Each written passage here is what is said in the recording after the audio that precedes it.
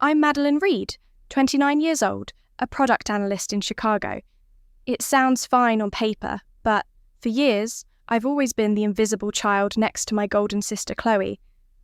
That wound stayed quiet until this afternoon, when my phone buzzed and my father's voice cut through cold as stone. "If you don't come home for Chloe's wedding, then don't expect me to pay another cent of your tuition." I froze, then let out a bitter laugh. So that's how they still see me: dependent, obedient, only worthy if I serve. I hung up, opened my bank app, and stared at the number I'd built on my own. Then I pulled a wooden box from the back of my closet. Inside lay my University of Chicago diploma I'd kept hidden, and a few papers I'd never dared to place before my family. "I'll go," I whispered, but not the way they expect. The next evening, I walked into a house draped in white flowers, where neighbours whispered that I was jealous and living off others. My father handed me chores like commands, my mother smiled too tightly, and Chloe's fiancé wore a slick, practiced grin. I stayed quiet, clutching my bag close because I carried something that could turn everything upside down. When he invited me to say a few words, I placed one item on the table, and the room fell silent. For the first time, I spoke what they never wanted to hear. To understand that moment, you have to know how it began. For years, I thought being invisible was survival, but today, my father's demand reminded me that it was just another kind of prison. My phone was still buzzing on the desk where I had left it, his number flashing again and again, each ring a reminder that he believed he still owned a part of me. I finally pressed play on his voicemail and let his voice fill the room. He sounded as commanding as ever, warning that if I did not come home for Chloe's wedding, then I could forget about any more tuition help. My chest tightened. For a moment, I froze because the truth was he had been paying some of my tuition all these years. Even though I had worked, even though I had saved, a small part of me still depended on his money to keep the balance. That was why his threat cut deep. I sat at my desk, staring at the skyline outside my Chicago apartment, the towers shining in the afternoon light, and I realized something I had not allowed myself to admit. I was 29 years old. I had a steady job. I had my own savings. I was not the same girl they had left behind. Slowly, I opened my banking app, my heart pounding as the numbers came into focus. $200,000. I whispered the amount to myself as if saying it aloud might make it more real. It was the sum of every extra hour I had worked, every side project I had taken, and every scholarship I had earned. It was not just money. It was proof that I no longer needed their support. I leaned back in my chair, and for the first time in years, I felt the weight of my father's threats beginning to lift. He thought he could still hold me by the collar of tuition payments, but the truth was that chain had already broken. I could make my own choices now, and if I chose to walk into that house again, it would not be as the invisible daughter who needed their permission. It would be as a woman who stood on her own. I walked over to the closet and pushed aside the heavy winter coats until my hand found the frame I had hidden years ago. My UChicago diploma, summa cum laude, my name embossed in gold, a document that had lived in the shadows because I had never dared to bring it home. I brushed my fingers across the glass and said quietly, "Invisible no more." Holding it in my hands brought back the moments I had buried. The memory of my sophomore year science fair came rushing back. I had stood on the stage holding a blue ribbon for analysing local water quality, the principal praising me for my work. But when I looked at the seats where my parents should have been, they were empty. That same night, the living room had erupted in cheers because Chloe had scored 1 goal in her soccer game. They clapped, they hugged, they told her she was the star of the team. And I had sat on the stairs, ribbon still in my hand, already learning how to shrink into the background. I shook the memory away and returned to the present, standing alone in my apartment, with the diploma pressed to my chest. I had hidden it from them all these years because I thought that if they did not celebrate me, then maybe my success did not count. But I was done hiding. I set the diploma carefully on the bed and pulled out my suitcase.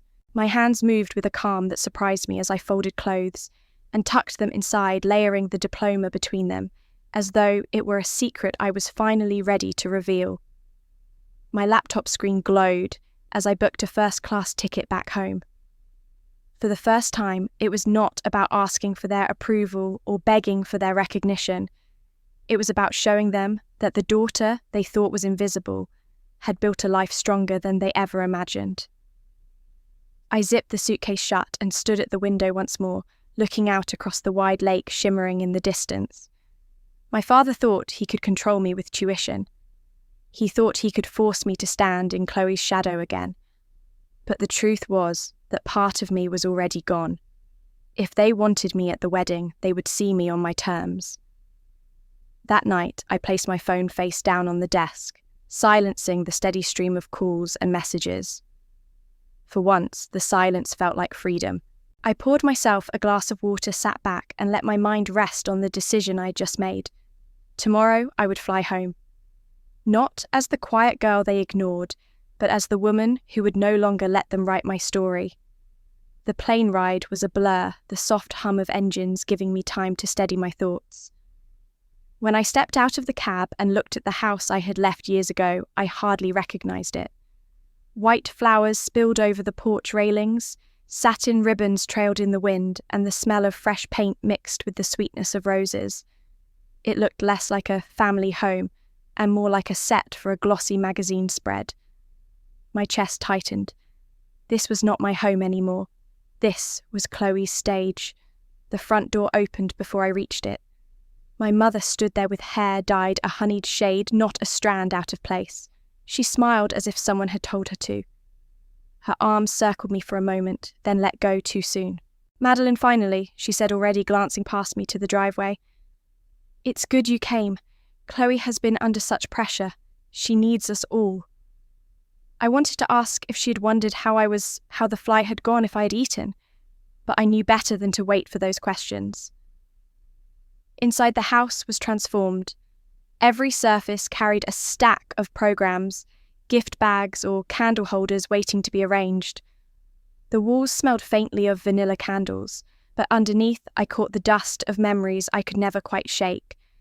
My father appeared in the hallway, glasses perched low on his nose. Clipboard in hand. He did not hug me. He did not even pause. "Good.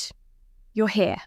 These programs need folding and the welcome bags must be assembled before dinner. Chloe expects it already." He handed me the clipboard like I was an employee late for her shift.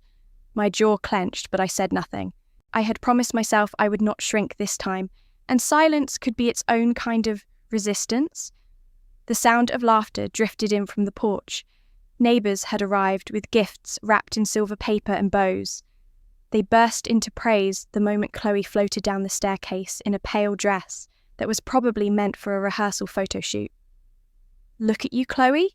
You shine," one woman gushed. "So elegant, so graceful." Another leaned close to my mother, whispering that Chloe was the pride of the town. Their eyes slid over me like I was furniture. A polite nod, a half smile, then gone. I stood near the banister, invisible again.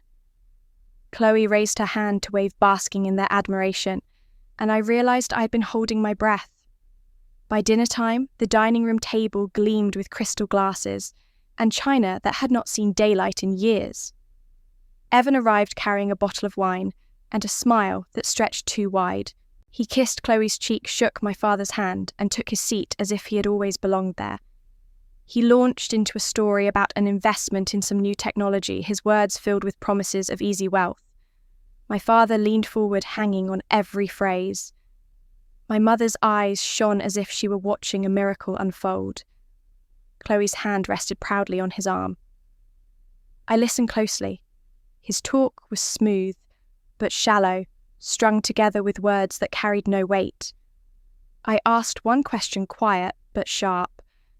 "Which platform are you trading on?" His smile paused for just a fraction of a second. Then he laughed, leaning back in his chair. "Oh, Maddie, always the serious one. Don't worry, it's far too technical to bore everyone with. We should enjoy the evening." The table chuckled politely. I sat back, my face warm, the laughter pressing against me like a wall. All through the meal, Evan steered the conversation, never letting it drift far from himself. He told stories of meetings abroad, of wealthy partners, of plans that sounded grand, but melted into mist when you reached for details. And each time I tried to pull at a loose thread, he wrapped it up in a joke, and the family laughed along. I felt the familiar weight settle on my shoulders, the sense that no matter what I said, no one here wanted to hear it. When dinner ended, I slipped upstairs to the room that had once been mine.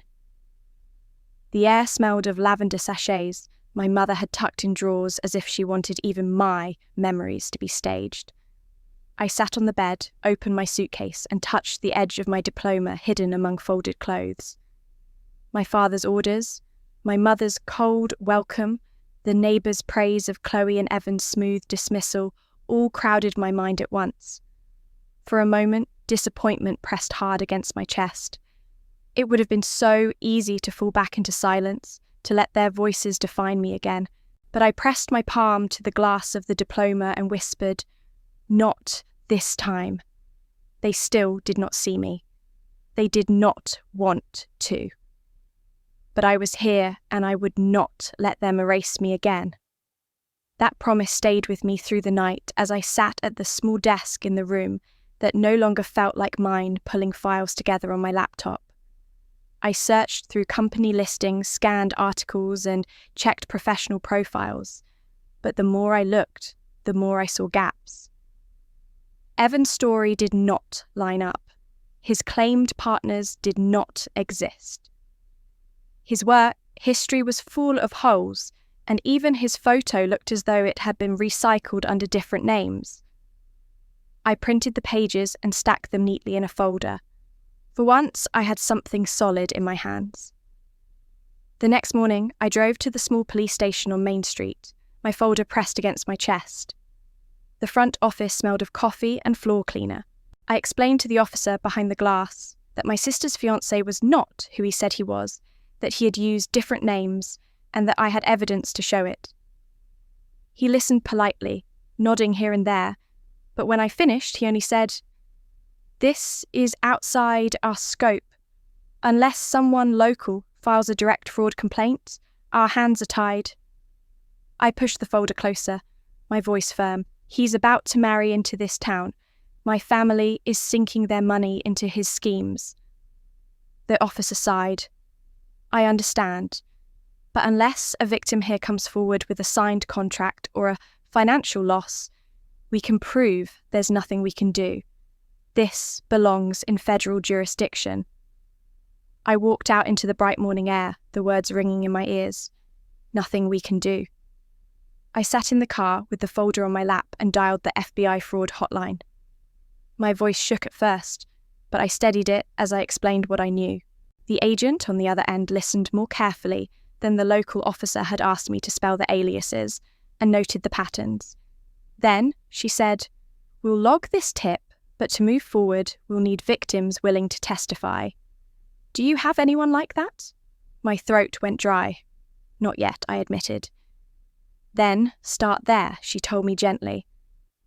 "The more victims you can connect, the stronger the case." When the call ended, frustration pressed hard against me, but underneath it was something else, a direction. They had not dismissed me. They had given me the next step. I needed a break, so I drove to Rosie's Diner, the old place where I used to study for exams. The booths looked the same, the smell of coffee and fried food the same too. I slid into a corner booth with my laptop open, and the folder spread across the table. As I scrolled through the photos I had saved of Evan under different names, the waitress came by to refill my cup. Margie, with her kind eyes and tired smile, had worked here since I was a teenager. She leaned over to glance at my screen and froze. Her hand shook slightly as she set down the pot. "Where did you get that picture?" she asked. I looked up quickly. "Do you know him?" Her mouth pressed into a thin line. "I know that face. He was here years ago, called himself Edward Lambert. dated a woman in town, left just as sudden as he arrived. My heart pounded. I turned the laptop so she could see. "Are you certain?" She nodded. "I'll never forget. My cousin lost money to him. Not a lot, but enough to matter." She scribbled a number on a napkin. "You should talk to Karen Miller. She was close to him. She still talks about it sometimes." That afternoon, I met Karen in the same booth. She looked down at her hands, twisting a tissue as she spoke. "He made me feel chosen," she whispered. Said his name was Edward Lambert.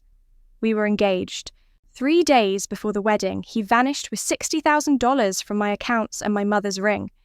The police said without a contract it was a civil matter. Nothing they could do.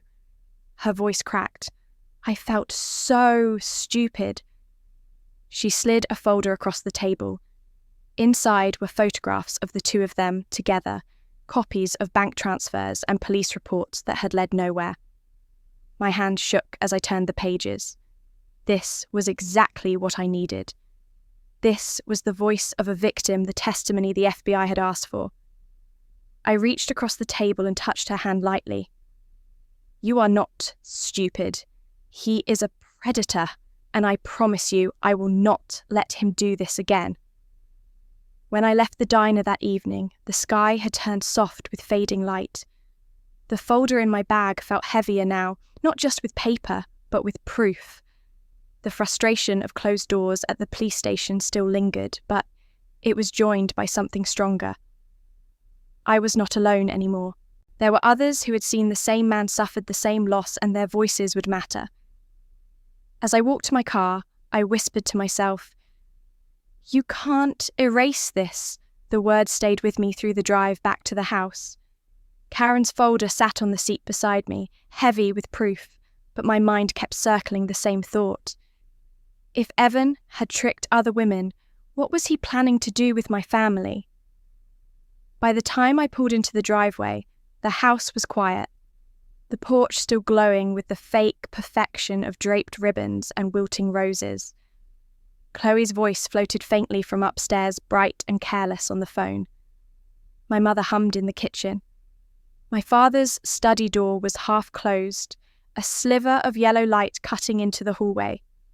I pushed it open, telling myself I was only looking for the stack of programs he had demanded I fold. The desk was covered with papers, neat piles in his careful hand. I moved one aside and froze. An envelope lay near the edge, my name written on the front. I should have walked away. Instead, I slid the paper free and read. It was a draft, not yet signed, but the words hit harder than any shout. It stated that I was to be cut from any inheritance, explained in cold sentences that I had shown disrespect, that I had failed to contribute to the family, that Chloe alone would carry the name forward. My chest ached as I gripped the page. They had already erased me in their hearts, and now they meant to erase me on paper too. I set the letter down and opened the next folder. At first it was only numbers, interest rate signatures. Then I saw the words mortgage refinance. The house, almost free of debt after decades, had been saddled with a new loan, thousands upon thousands flowing out. My hands trembled as I flipped the pages, and then I stopped breathing. Another document lay beneath. A loan agreement stamped and signed, listing me as guarantor. My eyes locked on the signature, my name written in a hand that was not mine. A forgery. I felt the blood rush in my ears. It was not just blindness anymore, not just favoritism. They had tied me to Evan's schemes, and if it all collapsed, the bank would come for me. My family, the same people who had laughed when I spoke, who had brushed me aside for Chloe's spotlight, had planned to use me as their scapegoat. My father's voice echoed in my head, calm and commanding, telling me this was all for Chloe's happiness. My mother nodding along, smiling tightly. Chloe smiling brighter than ever while I carried the debt. The hallway creaked and I slipped the papers back, quickly sliding the envelope where I had found it. Through the door, I heard Evan's voice low and smooth speaking to my father. There's another opportunity, he said, almost a purr. High return, low risk. We cannot miss it. My father chuckled the sound I had never heard when it came to me. That's why you're family now, Evan. You understand how to build a future. The words cut deeper than the letter. They had not just accepted him. They had placed him above me, above their own daughter, and risked everything in his name. I pressed my back to the wall, breathing slow, my hands shaking with rage. The proof sat in that folder, but I could not reveal it yet. Not until I had a plan. Not until I was ready to strike. In my room, I pulled out my phone and opened the camera. With careful hands, I crept back into the study once the hallway was quiet again. One by one, I photographed the pages. The draft letter, the mortgage refinance, the forged signature binding me to debt I had never agreed to. Each click of the camera steadied me. If they meant to betray me, I would not let them do it in the dark. Back in my room, I stared at the glowing screen. My name, stolen by their hands, stared back at me. I whispered into the silence, this isn't blindness. This is betrayal, and I will not let you hand me over without a fight. The anger burned hot, but beneath it was something sharper. A line had been crossed. I had proof against Evan, and now I had proof against my own family. They thought they could trap me, silence me, cut me out while making me carry their mistakes. But I had stepped out of the shadows already, and there was no going back. That night, I carried the folder from my room down to the living room, where my parents sat with Chloe and Evan. Aunt Ruth was perched on the edge of a chair, hands folded tightly as if she already sensed a storm. I placed the folder on the coffee table and took a steady breath. We need to talk, I said. They all looked at me, some annoyed, some curious Evan with that polished smile that never reached his eyes. I opened the folder and spread the photographs across the table. This is the man you're about to welcome into our family. Evan Blake, but also Ethan Lewis, Edward Lambert, and Elliot Lawson. Different names, same man, same scheme. I laid down Karen's written statement. The bank records the photos of him with another woman. He vanishes before weddings, drains accounts, and leaves women ruined. He's done it before and he'll do it again. Chloe shot to her feet, her voice shaking. You're lying. You just can't stand that someone finally loves me. Evan touched her arm, murmuring, It's all right, she's confused. He looked at me with mock pity. Maddie, you've clearly misunderstood. It's easy to mistake people online. Anyone can make up stories. My father leaned forward, his face red. Is this what you've been doing, digging up garbage instead of helping your sister? This is nonsense. I refused to back down. It isn't nonsense. I spoke to a woman he conned. She lost $60,000 and her mother's ring. You can dismiss me, but you cannot dismiss the pattern. My voice shook, but grew stronger with each word. For once, I would not swallow the truth to keep peace. Aunt Ruth stood slowly, her voice steady. Richard, you've bragged about Maddie's accomplishments to your colleagues for years. I've heard you, but you never once told her. You praised Chloe to her face and kept Maddie's victories hidden, even though she deserved to hear them. The room went still. My father stared at her, then looked away, his jaw tight. I stared at him, stunned by the betrayal of silence. So you knew, I whispered. You knew, and you never told me. My mother's hands trembled in her lap. Suddenly she blurted out, Chloe almost died when she was 3. A fever the doctors said she might not make it. I promised God if she lived, I would protect her forever. Maybe I went too far. Maybe I held her too close. But I was terrified of losing her. Her voice cracked. I didn't mean to push you aside. I wanted to feel compassion, but all I felt was the sharp ache of years lost. You didn't mean to, I said quietly. But you did. I pulled out the final page and laid it on the table. And what about this? The loan agreement with my forged signature stared back at them. You used my name. You tied me to Evan's scheme without my knowledge. This isn't just favoritism, this is betrayal. My father shot to his feet, his face blazing. Enough. You don't know what you're talking about. I have done everything for this family. Everything. You have no right to accuse me. I have every right, I said, standing tall. That is not my signature. You know it.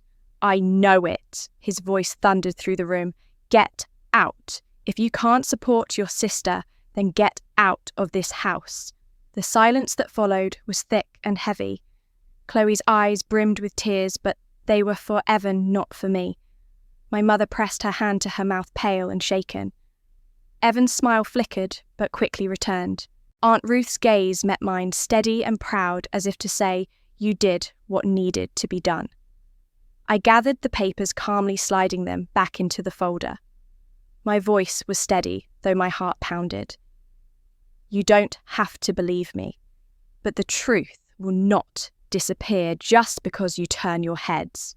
One day, you'll see it and you'll remember that I warned you. I walked to the door without waiting for a response. Their eyes followed me, some angry, some broken, some blind.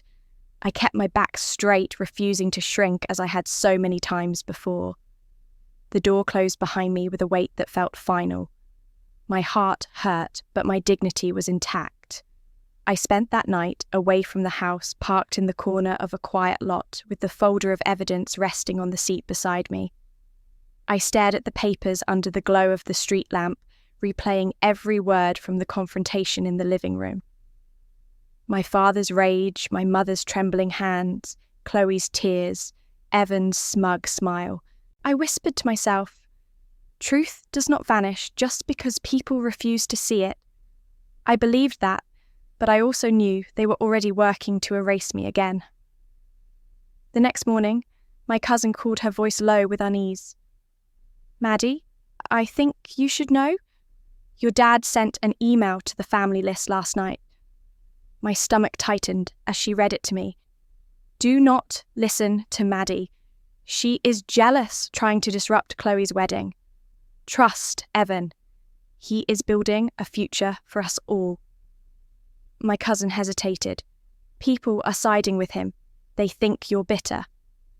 I thanked her, ended the call, and sat with the phone in my lap. My father had not only silenced me inside the house, he was shaping the story outside it too. That evening, I forced myself to walk back into the house for the pre-wedding gathering. The living room was crowded with relatives, the air thick with perfume and chatter. Evan stood in front of a large screen, Chloe by his side, like a prize on display. He clapped his hands and called for everyone's attention. Tonight, he announced, I want to share what I've been building. This is not just about Chloe and me, it's about all of us, about the future we can create together. He launched into a smooth performance, clicking through slides of charts and numbers. He spoke of markets and growth of exclusive access and early returns. It was the same fog of words I had heard before, but dressed up prettier for an audience eager to believe. I watched my father beam, nodding proudly as if Evan were his own son. My aunts and uncles leaned in, whispering to one another, impressed not by the details, but by Evan's confidence. Chloe held his arm and smiled as if she had captured the sun. Every time I opened my mouth to question, Richard's voice cut across mine, sharp and commanding. Not now, Maddie. Let him finish. I fell silent, standing at the edge of the room, my fists clenched at my sides. I scanned the faces of my relatives. Some watched with shining eyes, already dreaming of wealth. Others glanced at me with pity, as if I were a jealous outsider who could not stand Chloe's happiness. And through it all, Evan's voice rolled on smooth and practiced, each word weaving a tighter net around them. Across the room, my mother sat stiffly in a chair, her hands twisting the edge of a napkin. I caught her eyes and held them, pleading silently. Say something. You know me. You know this is wrong. But she lowered her gaze, staring at her lap. The silence of her surrender hurt more than my father's anger. The demo ended in a wave of applause. Evan kissed Chloe's hand and bowed slightly, basking in the glow of their approval. My father clapped the loudest, declaring, "This is the man we need in this family." I slipped out quietly before anyone could notice the tears burning in my eyes. Outside, the cool night wrapped around me, and I let the air steady my breath. I realized then that words would never be enough. I could present evidence, I could plead, I could shout, and they would still choose the illusion over me. If they would not listen, then I would have to make them see.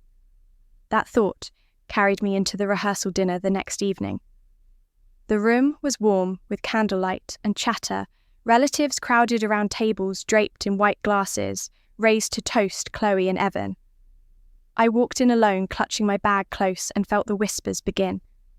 Cousins leaned toward each other, aunts lowered their voices, but not enough for me to miss the words. She never settled down, still living off the family. Jealous of Chloe, each word stung, but I kept my head high. I knew what I carried inside that bag, and I knew this was the moment. Evan stood at the head of the long table, Chloe glowing beside him, her hand locked on his arm. He welcomed everyone with that smooth, confident smile that never reached his eyes. "Before we end tonight, I think it would be good to hear from Chloe's sister," he said, turning toward me with a grin. "Madeline, would you like to say a few words for your sister? I am sure you will keep it short." Laughter rippled across the room. I felt every gaze turn toward me, expecting me to shrink, to stumble, to confirm the story they had all been told. I rose, slowly walked to the front, and instead of speaking right away, I set my bag on the table and pulled out a leather folder. From it, I lifted my diploma, the seal from the University of Chicago gleaming under the lights. Gasps rose around the room. I held it high for everyone to see. "I have supported myself since I was 18, I said clearly. The laughter died. I graduated top of my class. I earn a 6-figure salary. I have saved $200,000 on my own. And the man standing beside my sister is not an investor. He is a con man wanted across states under different names." The room erupted in shocked murmurs. I placed the diploma down and opened the folder, further spreading papers across the table.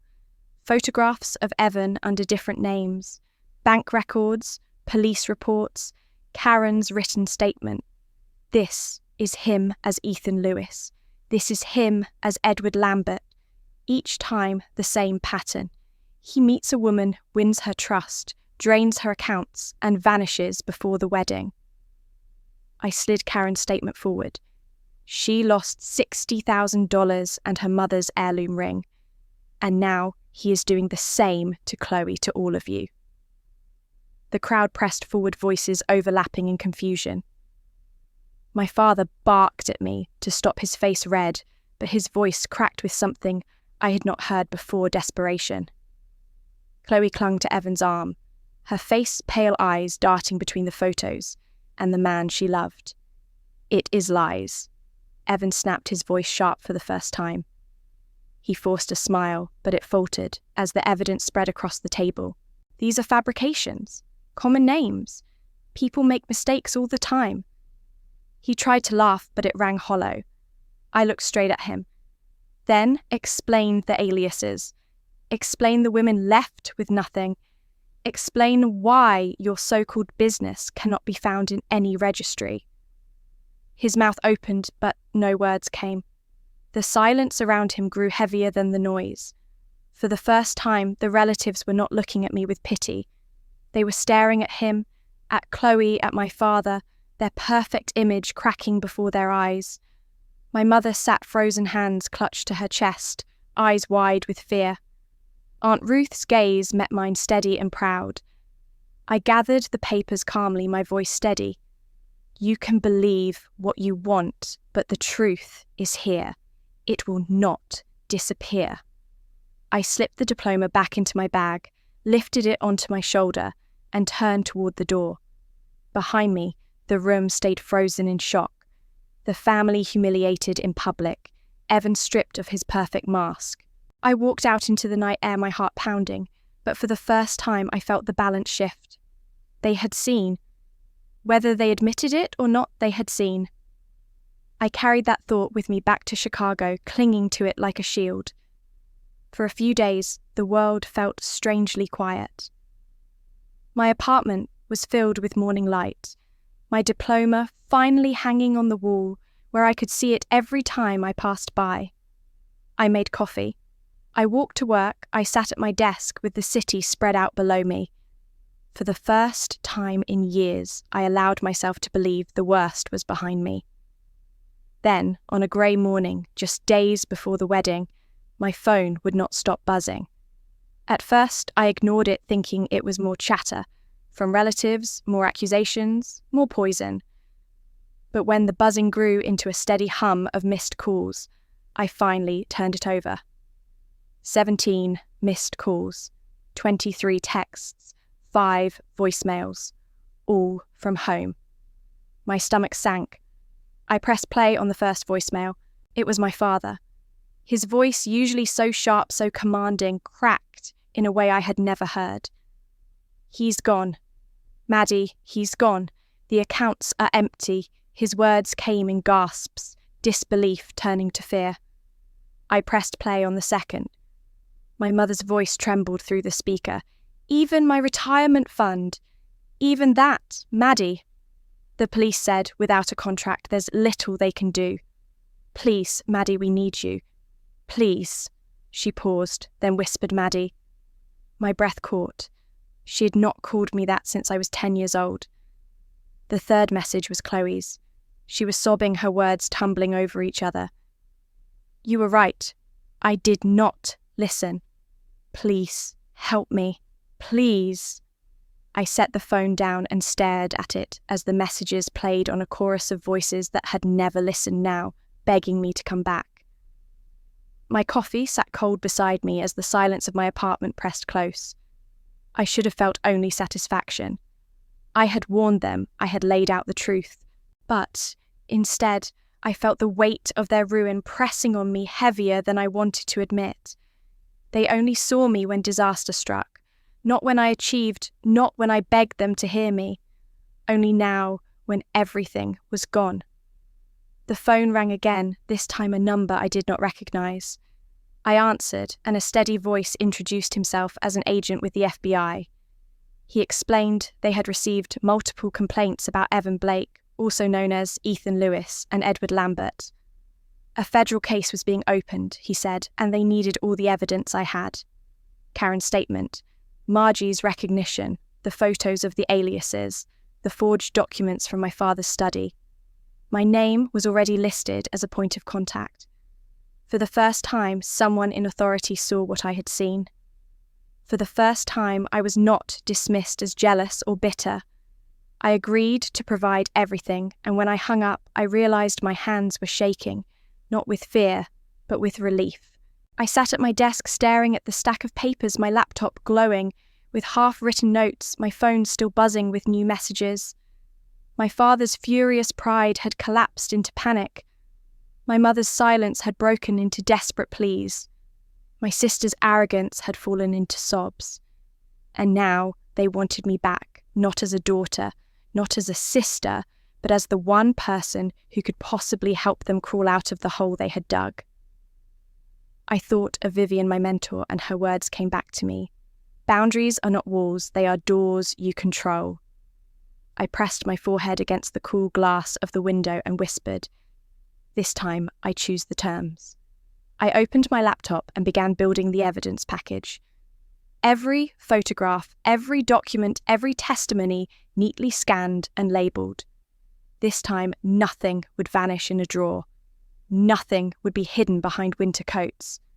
This time I would not be erased. When I finished, I called the agent back and promised the files within the day.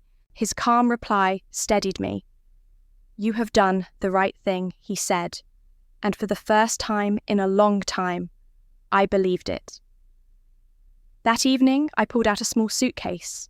Not the heavy bags I once dragged to escape, but just enough for 3 days. This was not a surrender, not a return to the shadows. This was a deliberate step back into the wreckage, carrying proof, carrying limits, carrying the power they had once tried to take from me. I zipped the suitcase shut and stood in the middle of my apartment, staring at the diploma on the wall, the plants on the windowsill, the small but certain life I had built on my own. I whispered, "I will not lose this." Not again. The next morning, I boarded a flight home. The wedding tent would stand empty now, the flowers already wilting the chairs stacked against the fence. My family would be waiting hollowed out and broken, expecting me to save them. But I knew the truth. I could not restore what they had lost. I could only decide the terms on which I would help and how much of myself I was willing to give. I looked out the window as the plane lifted into the air and whispered, "This time, I decide." Those words carried me off the plane and into the rental car that hummed down the same roads I had left years ago. When I pulled into the driveway, the sight hit me hard. The tent in the yard stood half collapsed. Flowers drooped brown and brittle chairs leaned in stacks against the fence. It looked like a party abandoned in the middle of the night, a dream rotting before it could bloom. I left my suitcase in the trunk and walked to the door with nothing in my hands. Diane opened it before I knocked. Her face looked older than it had a week ago, her eyes ringed dark. She reached as if to hug me, but stopped halfway, her hands trembling. "You came," she whispered. I stepped past her into the house. The living room was chaos. Papers scattered across the coffee table, empty glasses abandoned on the sideboard. Chloe curled on the couch in sweatpants, eyes swollen, her hair tied in a careless knot. She looked at me and then away. Richard paced the carpet, phone pressed to his ear, his voice sharp even in panic. "I told you, I'll find a way," he barked before hanging up.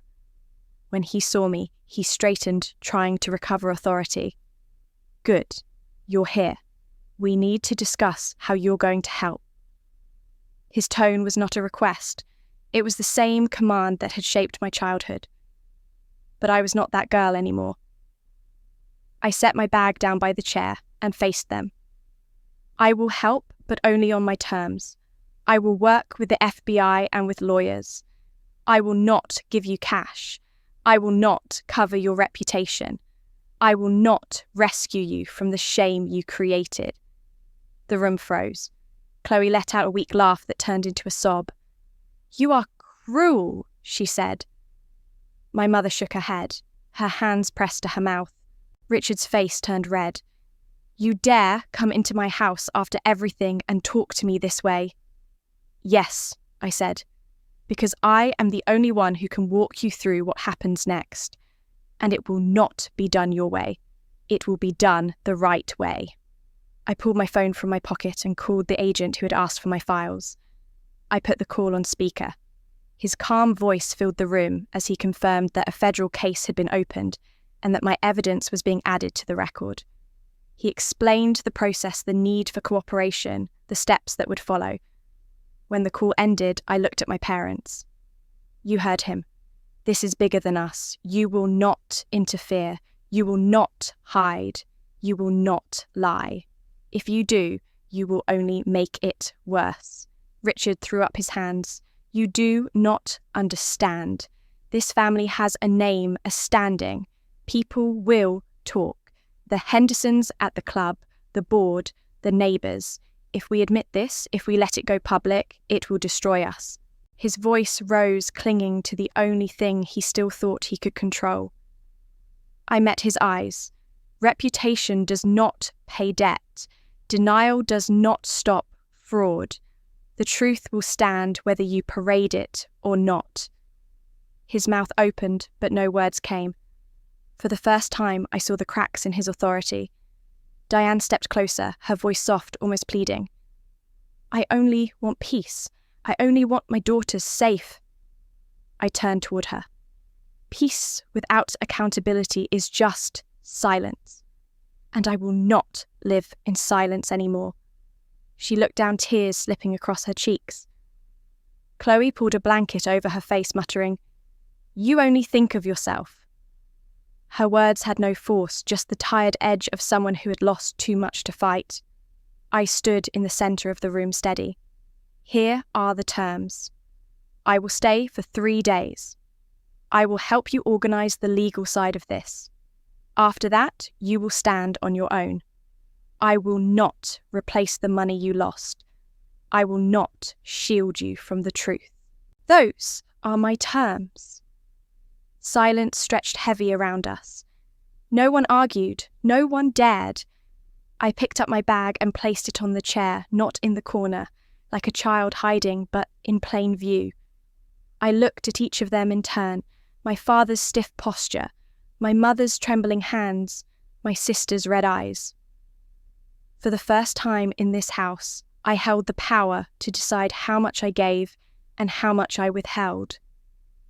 I sat down, opened my notebook, and began making a list of steps. FBI coordination lawyer, contact financial records. My voice was calm as I read them out. This is what will happen. You can either accept it or be left behind. A boundary is a door you choose to open or keep closed. This time I hold the key. Those words stayed in my mind as Rachel Winters walked into the living room 2 days later, her briefcase in hand and her expression calm, professional, untouchable.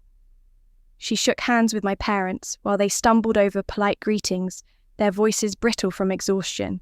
Chloe stayed curled on the couch, her arms folded tight, eyes red from sleepless nights.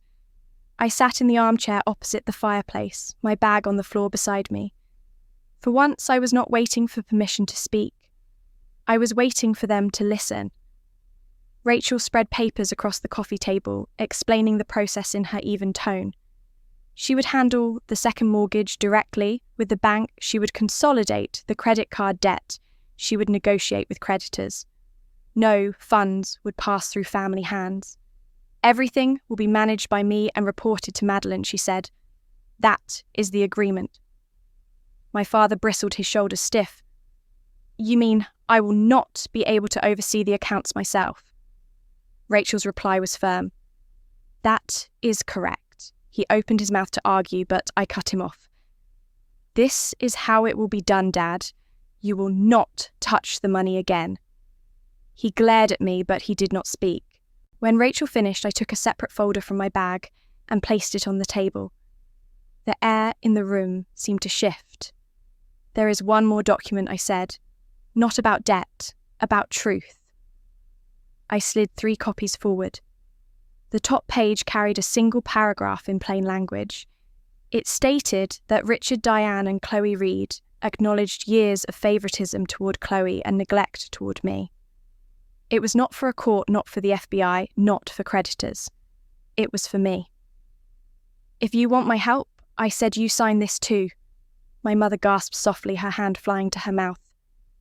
Maddie, she whispered, tears already filling her eyes. My father leaned forward, face flushed. Absolutely not. This is humiliation. This is vindictive. I met his eyes. Humiliation is public. This is private. This is truth. You told me for years that I imagined things. This is how you stop pretending. My mother began to cry openly. Her words came out between sobs. I was so afraid of losing Chloe when she was sick as a baby. Every breath she took felt like a gift I could lose. I thought protecting her meant loving her more. I did not see what it did to you. She reached towards me, her fingers trembling. I am sorry, Maddie. I am so sorry. My throat tightened, but I held steady. Acknowledgement is the least you owe me. Richard slammed his fist lightly against his knee, his voice shaking with anger. You will not force me to sign away my dignity. I leaned forward, my voice quiet but firm. Dignity is not denial. Signing this is not losing your power. It is admitting what everyone in this room already knows, that for years you chose Chloe and you erased me. His hand trembled as he picked up the pen. He stared at the page for a long moment, then scribbled his name with a shaky line. The sound of the pen scratching across the paper was louder than his voice had ever been. Chloe sat rigid on the couch, her arms crossed tight. "This is revenge," she said bitterly. "You are punishing me because you hate me." I turned toward her. "I do not hate you, Chloe. I am not punishing you. I am stopping the lie that destroyed this family. You want to believe Evan chose you because you were special, but he chose you because you were easy to blind. And they let him because that was the story they always told, that you were golden and I was jealous. I will not let that story stand anymore." Her lip trembled, but she snatched up the pen and scrawled her name in angry loops. My mother's hand shook as she signed last tears dripping onto the paper. When the 3 signatures lay together on the table, I gathered them into the folder and closed it carefully.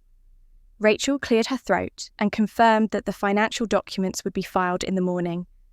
"Everything is now in motion," she said. "Payments will be made directly. Creditors will be notified. You will not need to handle the funds yourselves." I rose to my feet, the folder tucked under my arm. "This was one time only," I said. "Do not expect me again." My father looked as though he wanted to argue, but the fight was gone from his eyes. My mother whispered my name, but I did not answer. Chloe stared at the carpet, her arms wrapped around herself as if to hold her together. I picked up my bag, walked to the door, and paused just long enough to take in the room one last time. The house, where I had once made myself small, now sat heavy with silence, its walls holding the truth at last. I opened the door and stepped outside, the cool air brushing against my face. I walked to my car, with steady steps, the folder pressed close to me. For the first time, I carried not just evidence of Evan's fraud, but evidence of their neglect, signed by their own hands. As I drove away, the house grew smaller in the mirror. I felt no triumph, only the calm certainty that I had finally claimed what was mine: acknowledgement, boundaries, and the right to walk away on my own terms. Justice does not always come from courts. Sometimes it comes from refusing to be invisible any longer. 1 year has passed since I walked out of that house with the signed papers in my hand.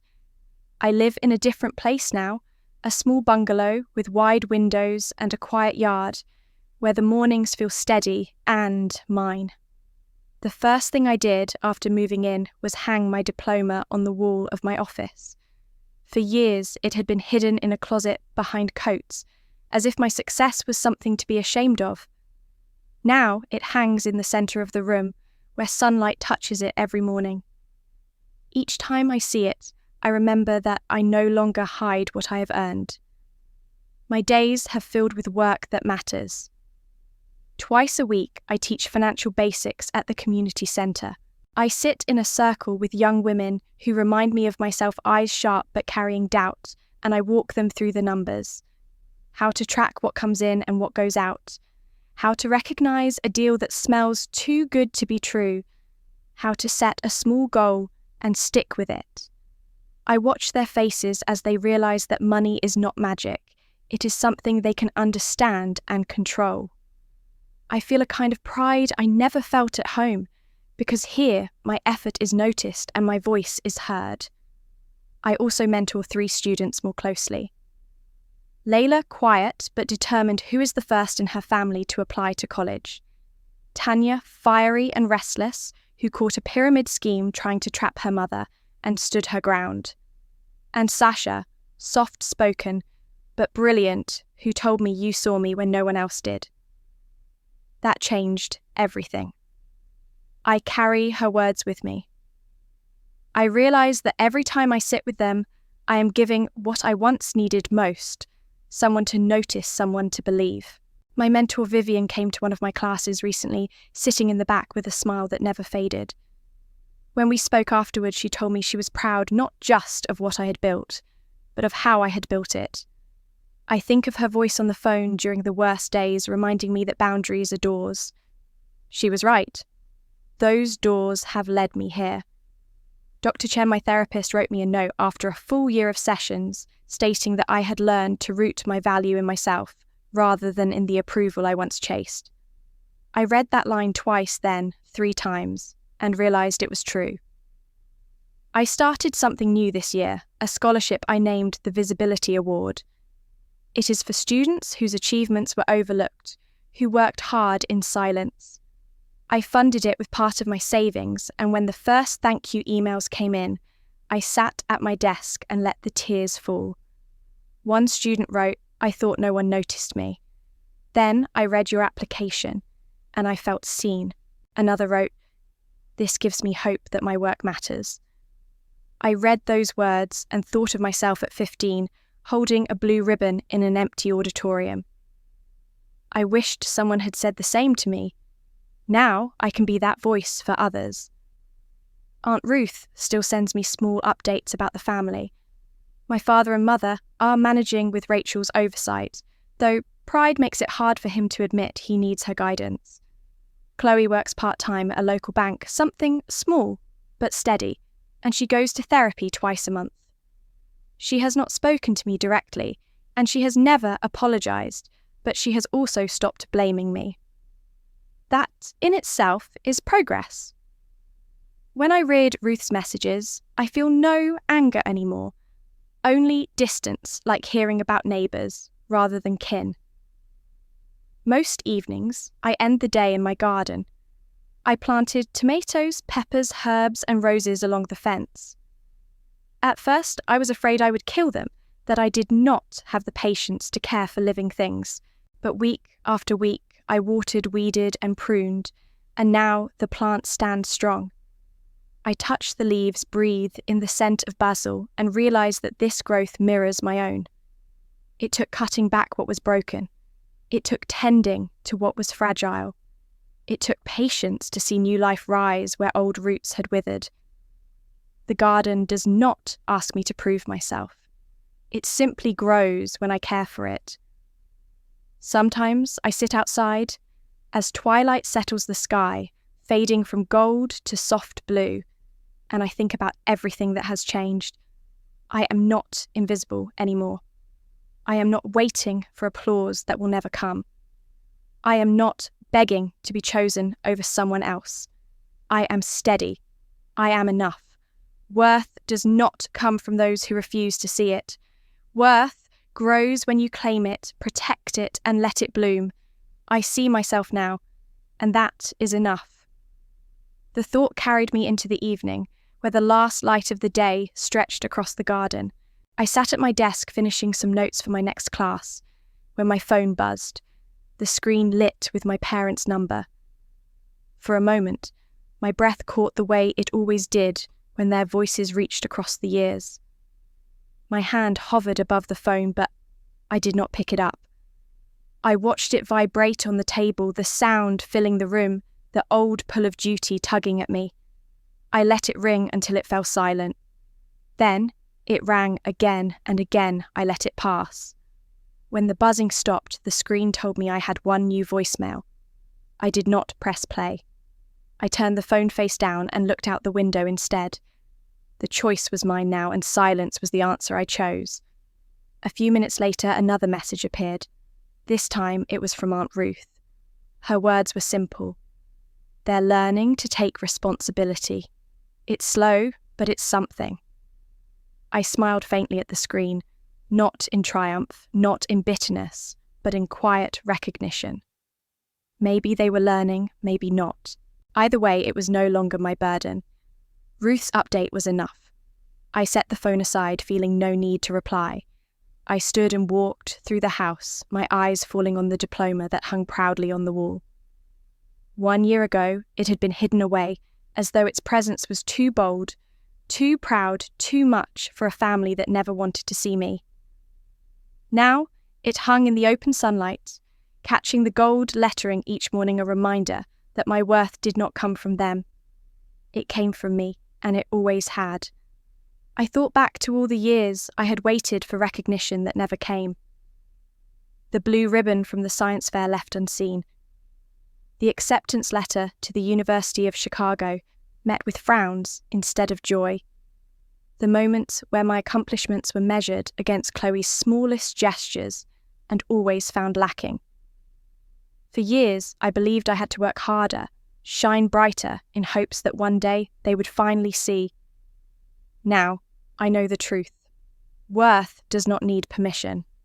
It is not given or withheld like a prize. It is lived every day in the choices we make to honour ourselves. I slid open the back door and stepped into the garden. The air smelled of earth and herbs fresh and grounding. The tomato plants had grown tall, their vines heavy with fruit, the stems thick from months of care. I brushed my hand gently along the leaves, feeling the strength in their growth. The garden had taught me patience, discipline, and faith in the slow work of tending. When I pruned the branches hard last fall, I worried I had gone too far. But cutting back had only made them stronger. New shoots had risen where the old ones ended, and now they stood vibrant proof that sometimes things thrive when given space and time to grow. I knelt by the soil, pressing my fingers into the dirt, cool and steady. This was mine. Not because anyone gave it to me, but because I built it day by day with my own hands. I thought of the students I mentored, their eager faces, as they began to believe in themselves. I thought of the young woman who wrote to me, saying she felt seen for the first time. I thought of the scholarship that carried my name, the one I wished had existed when I was younger. These were the legacies I chose to create. They mattered more than any approval my family could have offered. As twilight settled, I stood in the garden with the watering can, the stream of water glistening in the fading light. The house behind me was quiet, my phone inside still resting face down. I whispered to the plants, though really I was speaking to myself. This is mine. This is enough. I no longer needed to fight for a place at their table. I no longer needed to carry the weight of being overlooked. The silence I chose tonight was not emptiness. It was peace. It was a boundary that protected me and allowed me to grow. And for the first time, I felt free. And for the first time, I felt free. If you are listening and carrying your own quiet weight, I want you to know this. Freedom did not arrive all at once. It came in small, honest choices. One clear no, one steady yes, one boundary I kept even when my voice shook.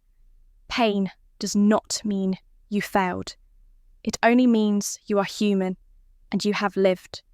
If someone made you feel invisible, you are not the story they told about you. You are the one who decides what to keep and what to let go. You are allowed to step back. You are allowed to rest. You are allowed to build a life that feels safe.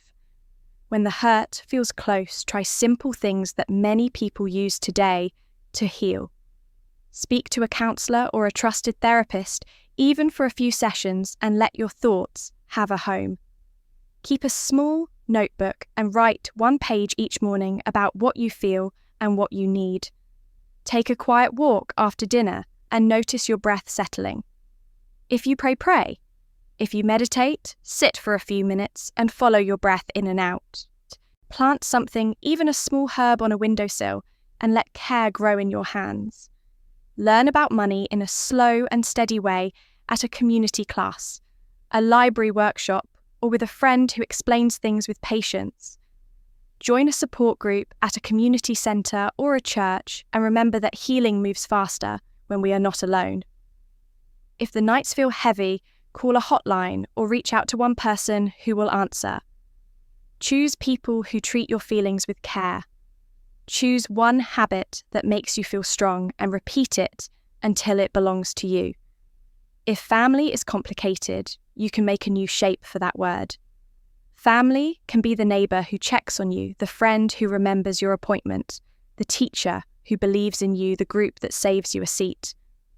You do not have to stay where you are only tolerated. You can move toward where you are seen. It is not selfish to protect your peace. It is responsible. It is love in a quiet, steady form. On the days when doubt returns, put a hand on your chest and remind yourself that worth does not ask for permission. Worth is lived. It is lived when you keep a promise to yourself. It is lived when you leave a room that hurts you. It is lived when you speak gently to yourself after years of being spoken to without care. It is lived when you try again even after a hard day. I will leave you with the garden at dusk. The tomatoes are heavy on the vine, the leaves warm from the sun, the soil dark and sure. I water them with a calm hand, and I tell myself, this is mine, and it is enough. Your life can have this kind of calm, one small choice at a time. If this story helped you feel understood or gave you a little light for your own path, I would be glad to meet you here again. You are welcome to follow this channel so you do not miss the next story. Take only what you need, leave the rest, and be gentle with yourself tonight.